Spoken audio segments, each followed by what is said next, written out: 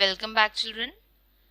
Let's continue part 2 of lesson number 1, Evolution of Computers.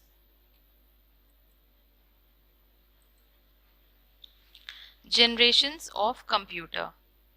See, first generation computer looks like this, then second generation, then this is the third generation computer, this one is fourth generation, and this is fifth generation computer.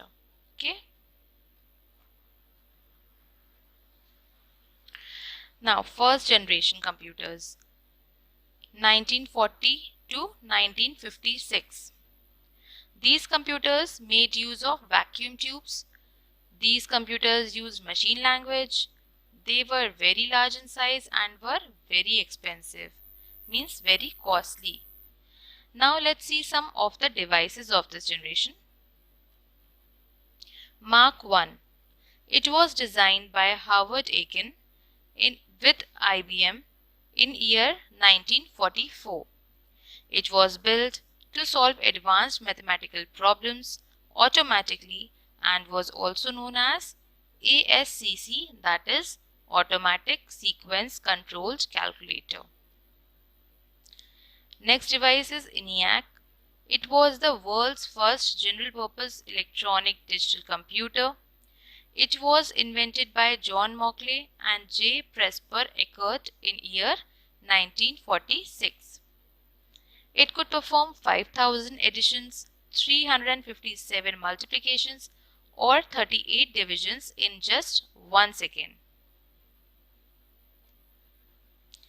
Next is ETSAC. It was constructed by Morris Wilkes in year 1949. It is the first electronic computer that implemented the stored program concept. Okay. Next is UNIVAC 1. UNIVAC stands for Universal Automatic Computer. It was the world's first commercially available computer.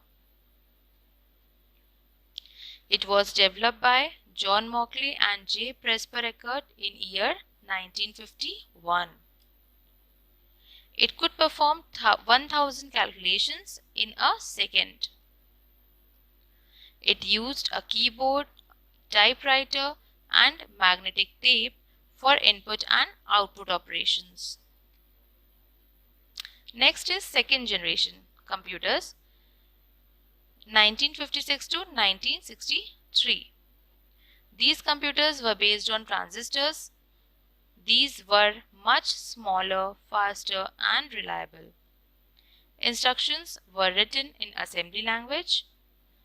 High-level languages like Fortran or COBOL were developed during this time.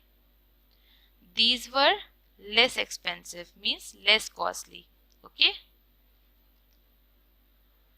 Now see the device of second generation, IBM 1401. It was a stored program transistor based computer developed by IBM in October 1959. It was the first affordable general purpose computer. Other devices of this generation are IBM 7094, Honeywell 400, etc. Next is third generation computers, year 1964 to 1971. The computers of this generation were based on integrated circuits or ICs and were much smaller, faster, and reliable than second generation. Keyboard and monitor were introduced. High-level languages like BASIC, ALGOL, and Pascal were developed. Now see the device IBM 360 series. This series was announced by IBM on April 7, 1964 that had a complete set of commercial and scientific applications. Other devices are UNIVAC 1108, Apple I, etc. Next is fourth generation computers, 1971 till present date. The development of microprocessors or VLSIC led to the fourth generation, that is the present day computers. Internet and operating system with GUI. GUI means graphical user interface were introduced.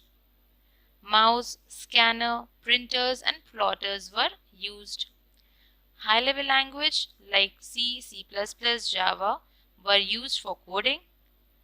Examples of this generation are IBM PC, Apple Macintosh and HP 9000.